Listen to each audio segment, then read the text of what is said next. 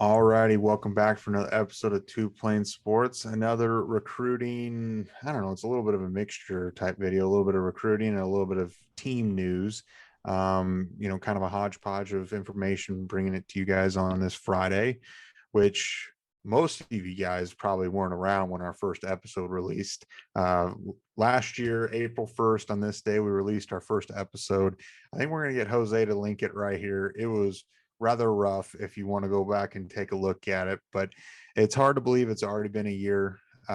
We've grown tremendously, way more than we ever thought. We thought at this point we might be lucky to have 100 subscribers, but we're obviously pushing 3,800. We're going to try to get to 3,800 maybe this weekend, beginning of next week. If you guys can get us there, we'd really appreciate it. It's free. It helps us out a whole lot. As kind of incentive to subscribe, we are doing a giveaway for some spring game tickets. We've got two more pairs of tickets, one general admission and one at the club level for the spring game. This week is another just general admission pair of tickets. And to enter, like the video, subscribe, turn on the notification bell. Follow us or like us on Facebook or follow us on Twitter, one or the other or both. That would be great as well. And then stick around for the very end. Brandon's going to give you his end of video challenge. You'll say done and then do the end of video challenge. And we'll announce the winner this coming Monday, April 3rd, I believe it is.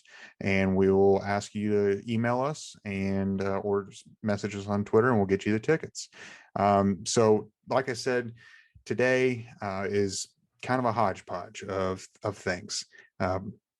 I think Brandon's going to have some choice words and some things to say, and I'm going to have to eat some crow on this. But our last video we released on this past Wednesday, as of the time we released it, the Overtons still hadn't committed, still hadn't made any noise or anything after their visit to A&M this past weekend.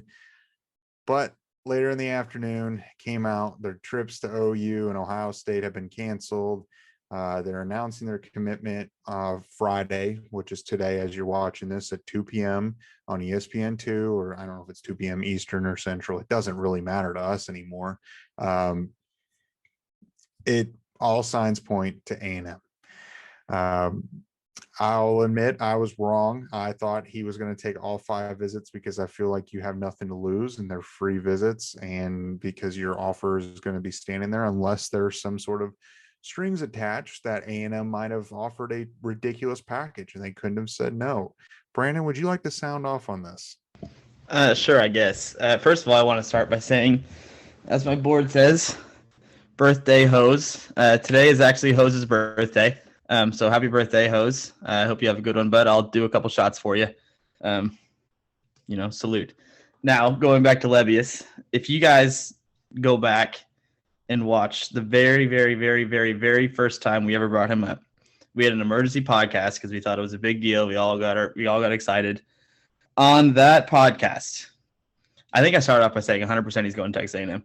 And I also said I wouldn't be shocked if he canceled all of his visits 2 days after his A&M visit. Then, we keep talking about him. The fan inside of me comes out, and you guys convincing me and all this bullshit comes out. And I did think he was going to go to Oklahoma. I thought he was going to take his visit because on another video I said, at this point, I think he's going to make his Oklahoma visit. And that means he's going to commit because I did say if he makes it to Norman, he will commit. And you guys both were like, it's a no-brainer. He's definitely going to make all 5 visits. We had people in the comments saying he was going to make all 5 visits. My fear that he was going to not make all 5 visits and do exactly what he did seemed irrational. No one thought it was real. No one thought it was legitimate. Unfortunately, I had it pegged right from the start. It just felt like that was a thing. Like, as I talked about in one of the videos, like they grew up there. They grew up watching games there. Their dad is there. We talked about how they're a legacy of OU, which is all fine and dandy. But like, if your dad played at Tennessee and you grew up in Washington watching Washington State games or University of Washington games, you don't really care that your dad went to Tennessee. You're going to be a Washington guy or Washington State, whatever it is. That's exactly what happened here. I don't really even fault the kids. It sucks. I obviously wanted to see him come to Oklahoma, but I think just being back at A&M, like actually walking the field, touring everything, probably just felt just unreal. And yeah, exactly what I feared would happen, unfortunately happened. Yeah. I think you said it perfectly. The nostalgia came back, all those memories of being kids, watching football games there, rooting for A&M when they were little kids probably came back and they couldn't say no. Obviously, there's going to be a lot of people speculating about A&M paying them some certain amount of money to come, and Which they are. There's no doubt. Look, I'm not saying that they're not, but every school would have paid them, right? Especially if they're in the situation very much like A&M. They pretty much use probably every single scholarship offer they can. I don't know exactly where they're standing with that. That may be a reason why Mackay hadn't gotten one, but he's getting a preferred walk-on spot, and I'm sure he's getting a ton of money on to make sure that they're covering any sort of fees or just making sure he's balling out while he's at College Station, because why not? And I mean, I don't blame him. That's why NIL's around, right? So these kids can get paid, and he took advantage of it, and he's getting everything he can out of it. So good for him. I think at the end of the day, I don't agree with him not taking all the visits. I understand that he had all this, all the nostalgia come back, but he still should have taken the visits to Columbus and Norman just to see what was offered. At the end of the day, A&M was going to be the school to beat, it seemed like, and he should have given the other two schools a fighting chance. If he was always going to, if A&M from the get-go was number one for him, and Ohio State and Oklahoma were 4 and 5, what was the point of releasing a top 5? That's what I don't understand. I like you put those two schools, right? And talking about just Oklahoma in general, Oklahoma was in on him and Josh Connerly.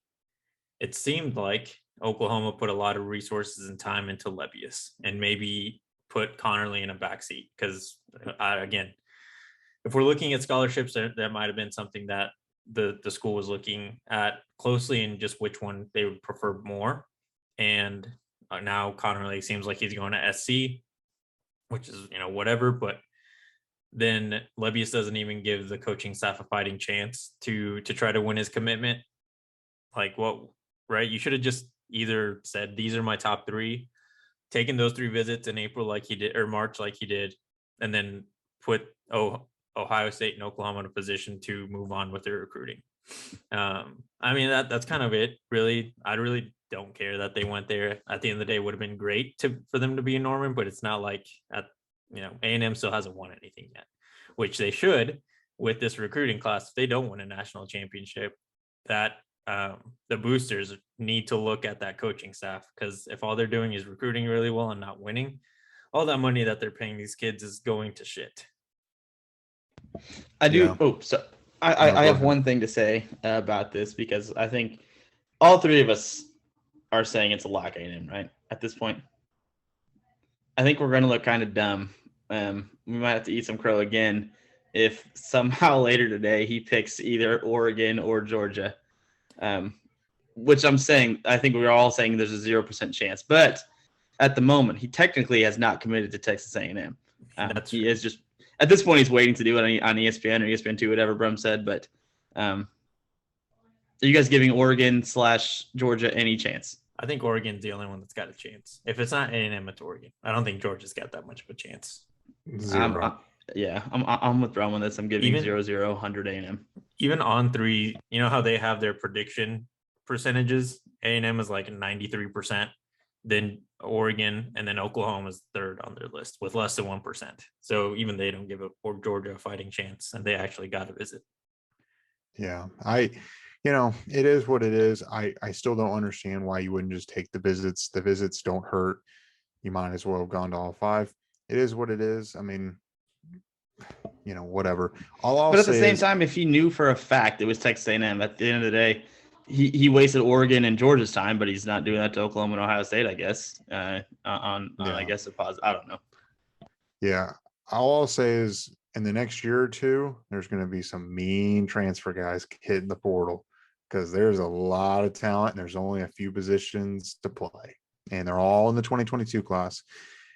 And I guess the last thing I will say, if he wanted to go to A&M, that's fine. But why wouldn't you stayed in the 2023 class, knowing how many 2022 defensive linemen came? I just don't understand, because now you're going to get into a log jam with everyone It's the betting on yourself thing that we've talked about on this show 1,000 times. Well, yeah, I understand. I mean, his scholarship would have been there in 22 or 23, but I just feel like you take another year in high school. I really think this is partially driven by NIL before it gets reined in any rules or anything, but whatever. Enough about him. Who cares, right? I just think he should have, if A&M was the school, he should have just said that from the beginning. Like, this was just, it seems like at this point, it was just a big waste of time because they were the favorite from the get-go when he reclassified, and that's when he cancels the rest of his recruitment. And Brandon's right. I mean, we could look like assholes on Friday or later today, and it's Oregon or it's Georgia, but it's probably not. Yeah. Anyway, we'll move on. We're done. No more Overton talk on this podcast. Over. All right. Now we're moving on to some more positive news along the defensive line. Peter Woods, 6'3", 259-pound defensive lineman from Alabaster, Alabama. 2023 5-star, number 28 overall, and number 3 defensive lineman in the class. He announced his top 4 today, and OU is a part of it. The top 4: Alabama, Florida, Clemson, and Oklahoma. He has not visited Oklahoma, but OU still has made his top 4. He plans on taking his officials in April, and April, May, June, in that timeline, and he plans on making a decision before the season, so sometime this summer. And really, we haven't talked about him on this podcast at all, but the reason why OU's in this is because of Bates, Chavis, and Venables. He was very high on Clemson because of those 3 and the culture there and his relationship with them. He said they're second to none with those 3 guys. And the relationships are huge. Clemson is still in his top 4 because, the culture is still there with Dabo Swinney. But the reason why OU is in this race is because of this coaching staff. And OU's going to get him on campus in the next month or 2. And, Alabama's the heavy favorite. The kid's from Alabama. If OU somehow pries this kid out of Alabama, it would be incredible. I wouldn't put it at a very high chance. I might give OU, if I'm going to put a percent on it, I'm going to put it 15%. My expectations are very low. I think he's heavy on Alabama by a long shot. I think the kid's going to stay home. Brandon, what do you think about Peter Woods? The kid's huge. He's a terrific talent. It would be huge to even get him on campus, which sounds like will happen. Yeah, he's huge, as you mentioned. He's not huge. I think he's perfect size at that defensive end, defensive line spot. 6'3", 260. He had 26 tackles for loss, 11 sacks last year. The most telling thing to me in this whole process with Peter Woods, is the fact that Oklahoma made his top 4 without even having him on campus one time. That obviously speaks to the Todd Bates effect, and not only him, as you mentioned, but Coach Travis and obviously with Brent Venables at the helm. It's neat to it's neat. You lose out on a 5-star in the 22 class, and you're already in the top 4 for a 23 5-star class 23 5-star the same day. It's wild.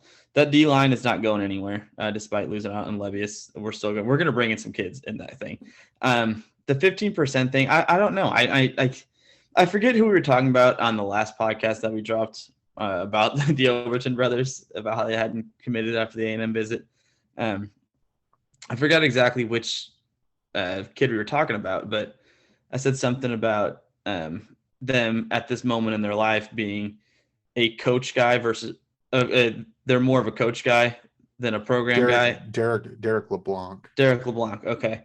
This is clearly the same situation there. I think he kept Clemson in his top 4. Again, I kind of just like to be nice or whatever because he was high on them. But the fact that Oklahoma made his top 4 without even ever him being on campus ever clearly shows that it shows that he's more of a coach guy at this moment in his career than he is a program guy. He put Clemson in there. I give Clemson a 0% chance in this process. I think it's a 3-team race. I will agree Alabama's a heavy favorite. Oklahoma. What is the 4th? Is it Florida? Yeah, it's Florida. Yeah, Florida. Probably Alabama and Oklahoma. Alabama will be the favorite, but hopefully when he actually does see the campus and see the facilities, and Bates and Venables get to talking to him, get to pitching him, we might be able to swing that. Yeah, I think Oklahoma's got a really good chance at him, and it's not just because we're obviously an OU podcast, but what you guys both said. He hasn't even been on campus, and we're on his top 4 clearly. And I think it's going to be a trend over the next probably at least this recruiting class, maybe in 2024.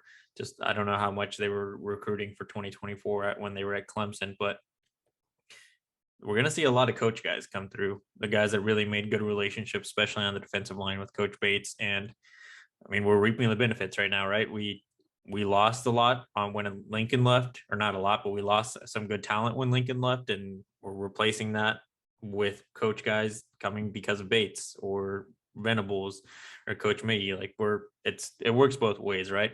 So that's number one. And when he does get to campus, it will just be like, can we beat Alabama, and can this coaching staff sell him on the vision of once, because he'll probably be playing with Oklahoma when they get to the SEC. He'll probably want to know where they envision him playing, because at the end of the day, this coaching staff, right? We've explained it a couple times. They know where they want you to play, and if your visions don't align, then it's not going to be a fit. Like Oklahoma might as well just tell you no, because we don't want you at the defensive end. We want you as a defensive tackle, right? So hopefully that doesn't happen, and everyone has a similar vision. I don't see it being an issue, because he is coming because of the relationships he has with the coaches. And I think Clemson is sticking around in his top 4 because he's comfortable there, right? I think looking at his social media, he posted that he visited there at least a couple times. So he's probably comfortable being on that campus. He really likes it. We just have to show him that Norman is probably just as fun as for a college town as Clemson. So, I mean, really, it's just going to be when we can get him on campus and how many times, because I think just one time won't do it. He's got to come 2 or 3 times to really get him the full experience of being a Sooner. Yeah, I mean, maybe I'm just being a little pessimistic. I just, Alabama's going to be tough to beat, but if any staff can do it, it's going to be this one. It's huge. So, like Brandon said, you lose out on a 5-star and you got another 5-star that's putting you in their top 4. Not a bad day in the office. Speaking of another 5-star, different class, T.A. Cunningham, 6'6", 265 from Alpharetta, Georgia, 2024 5-star, number 4 overall, number 1 defensive lineman in the class. Visited OU this weekend. Seemed to have a great visit. Posted multiple pictures, multiple tweets, multiple posts about his visit, and it looked like he had a great time. I believe this was his first visit to OU. And, again, the relationships between Venables, Bates, and Chavis are paying huge dividends. And, OU sees him as a defensive end, where a lot of schools see him as an interior defensive lineman. And I think that's why OU has jumped out to an early lead, plus having the staff on, recruiting him. And I believe Bates has been recruiting him since he's been at Clemson as well. Came out, there was a crystal ball that came in for him after this weekend. There's a long way from this being over, of course, with Venables' policy of once you commit, you're not visiting elsewhere. It's going to be very similar to where we're not going to see a ton of commits early in the cycle. You're going to see a lot of it like an avalanche in December and January and February of every recruiting cycle, just like Clemson does. Cunningham, he might pull the trigger early, but I don't see that coming anytime really soon. But I think what's going to be telling is to see when his next visit will be. And I'd imagine it'll be relatively soon. It's hard to say exactly when. It's just, he's probably going to be taking unofficial visits. So it's going to be on his own dime, his family's dime. It just depends on what they can afford and what they want to do, and if they want to go elsewhere. I think he's got visits this coming weekend to Tennessee State and Vanderbilt, I believe. He's visiting a couple schools this weekend. But Jose, what do you think about Cunningham? I know we've talked about him a lot, but just seemed like he had a great time. Yeah, I think it's good that he picked up a crystal ball, but you said it, it's way too early in his recruitment. We're far from done with him committing. And honestly, like moving forward, I don't think we're going to see a lot of people commit 2 years before even the early signing day because NIL is such a big thing, right?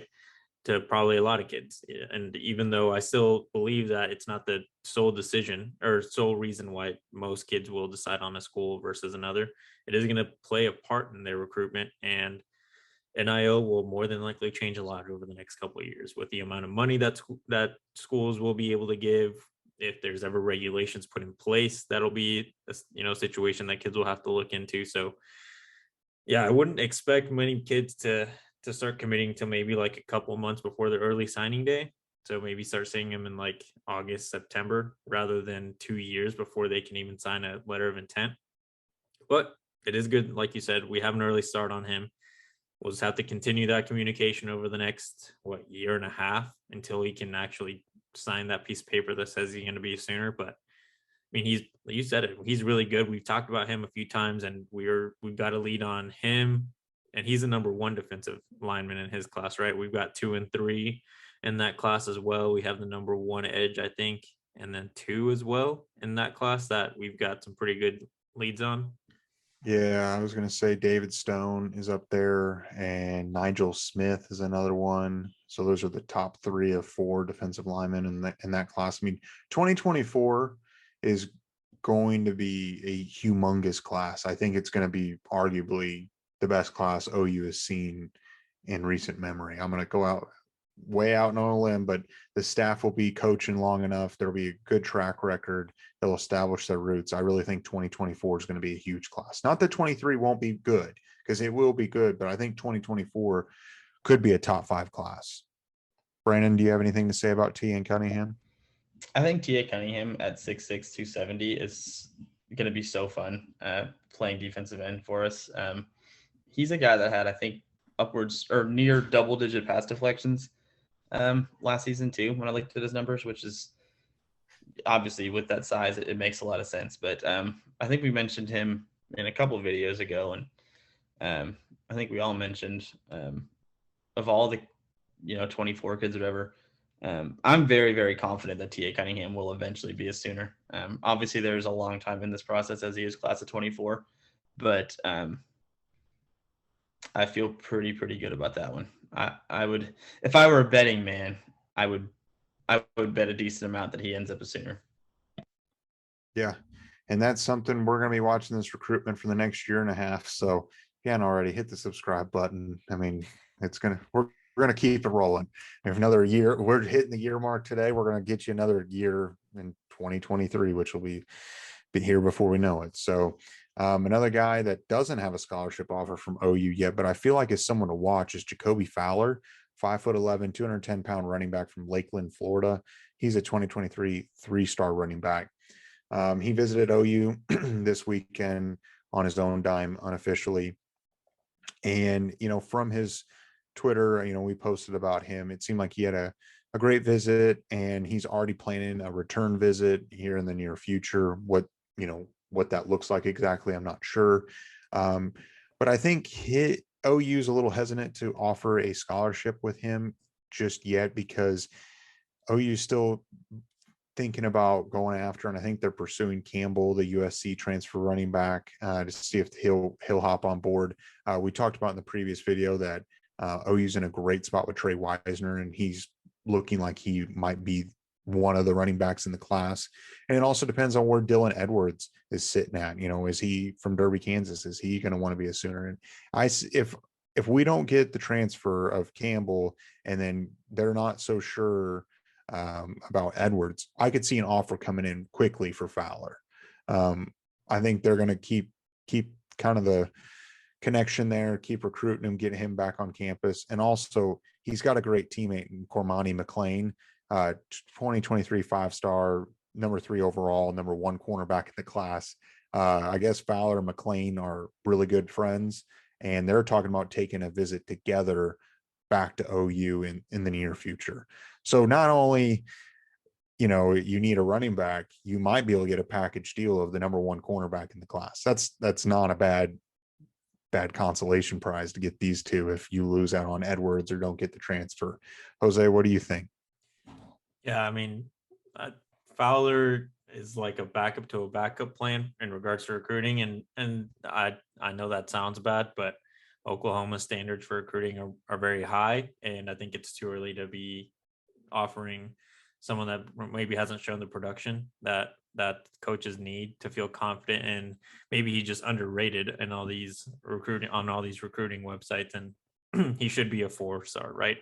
I think the best thing right now about him is that if he is at potentially a package deal with the number one corner, which is a spot that we need to still improve at, because even though we're excited for the depth that we have there, we don't know exactly how they're going to perform. And if we can bring in that number one guy in the class, it will be a drastic upgrade more than likely from what is currently there, or at least it's an upgrade no matter how big or small you see it.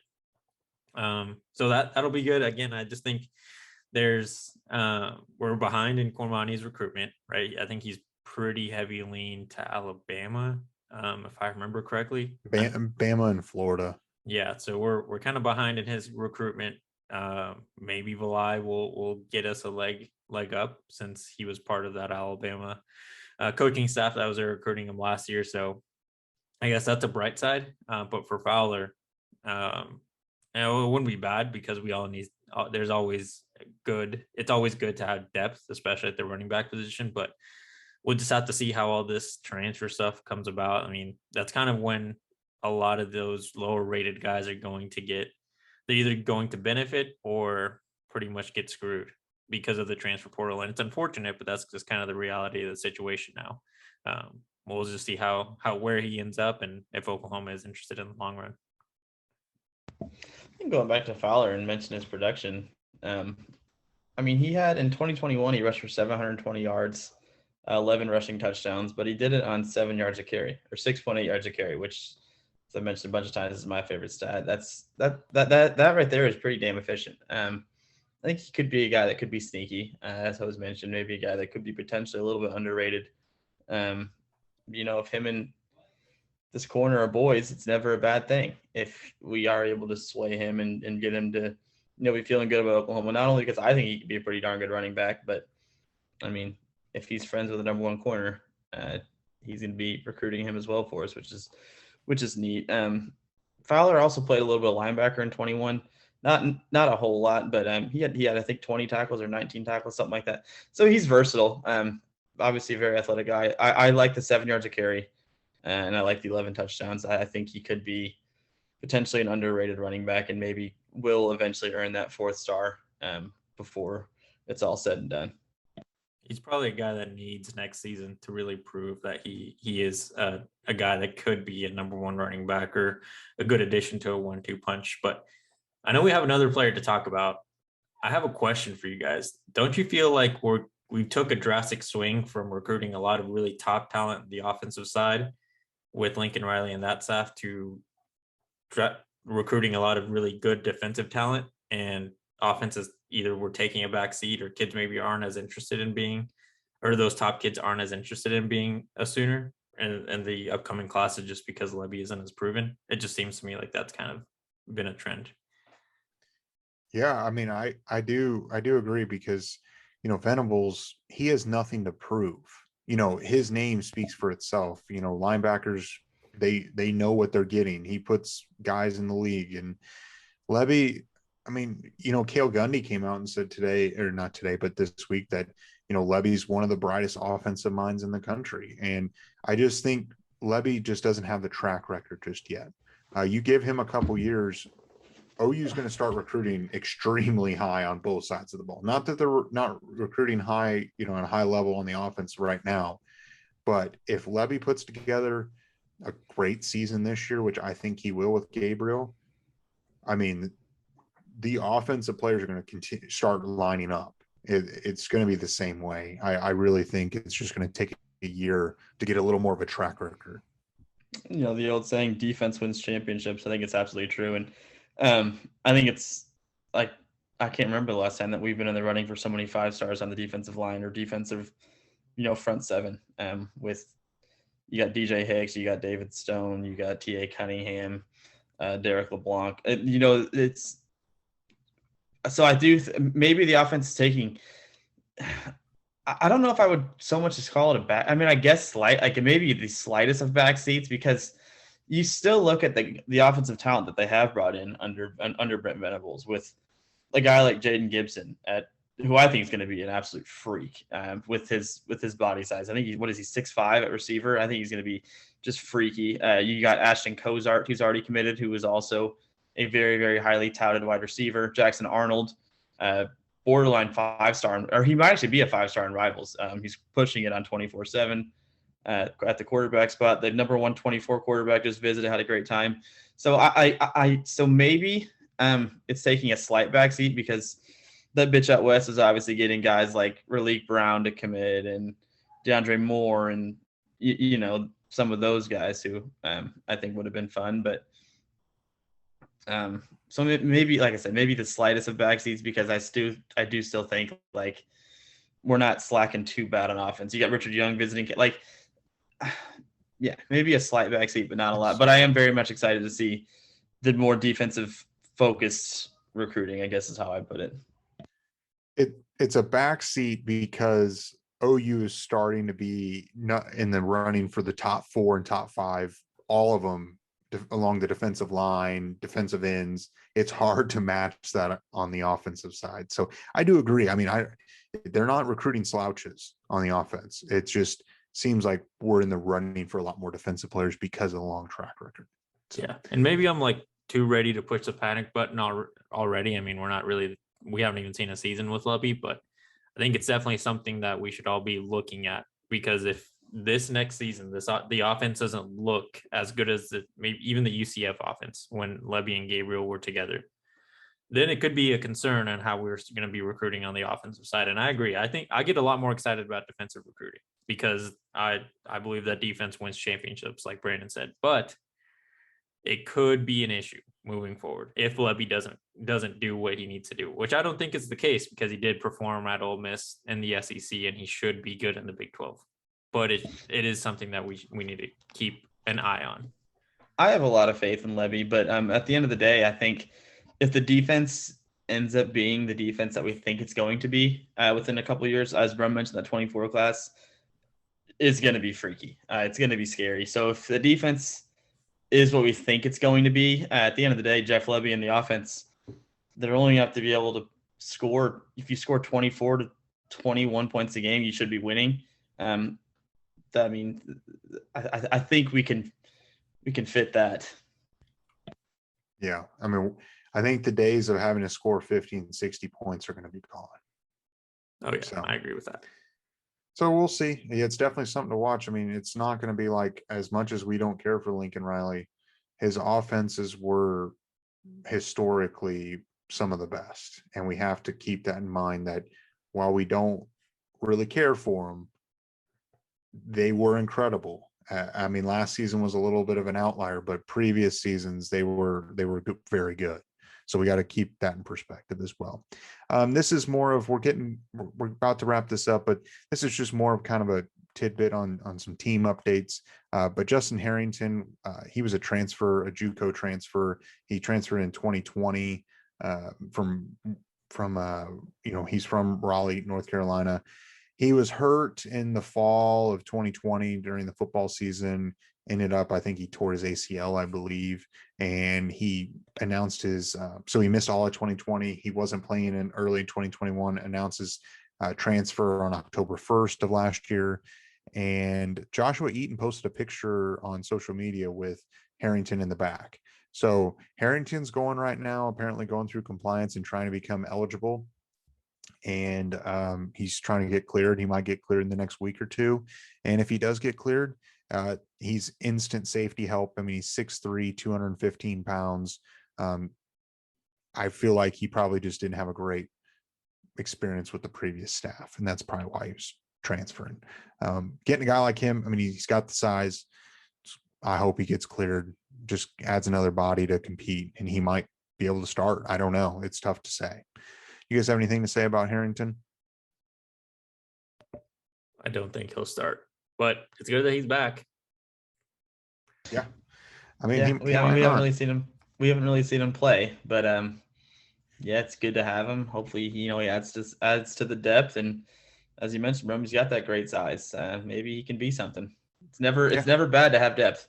I just think that if you went in the transfer portal and you've been there for so long, you could have found somewhere else. He's kind of just coming back because it's maybe the last resort for him. I mean, I don't know. It's not like I'm talking to him every day, but I mean, at the end of the day, OU had every right to take a scholarship. true. So I don't know if they did or not. And now he's coming back as a walk. I don't know what's going on, but you're right. He probably could have found somewhere. Maybe he did, but maybe it just wasn't where he was hoping it to be. Right. I mean, and that happens to a lot of transfer portal kids. That's kind of the dice they're rolling by entering it, right? You're either going to find somewhere, like, you're not going to upgrade. You're not going to go. Most kids will not go from a school like Oklahoma, where you're competing for Big 12 championships and potential playoff spots, to going to an Alabama or, to compete for the national championship. Most kids will just go downgrade to a Group of 5 school, or not to sound mean, but a lesser Power 5 school. Yeah. So it's good. I hope he gets cleared. It's always good to have more depth. That's all I've got today, Brandon. Individual challenge. What do you got for the people? Super easy one today. Not only is it Friday, it's Hose's birthday, as the board says. Drop a happy birthday in the comments to Hose, or say you hate him if he's your worst, if he's the least favorite of the 3 hosts. I accept that too. Also, if you're gonna have a drink tonight, let's toast to Hosey. Hose, I will have a couple cold beers on you, or for you today. It's gonna be a good time. Happy birthday, bud. So there's your end of video, guys. Yep. Happy birthday, Jose. He's turning a spry 26. So so do the individual challenge. Comment what Brandon just asked you to, like the video, subscribe, follow us on Twitter, like us on Facebook, and turn on the notification bell, and let us know that you've done it, and do the individual challenge. Jose, do you have something? Just so people know, that's actually not how you spell my name. That's how you spell Hose.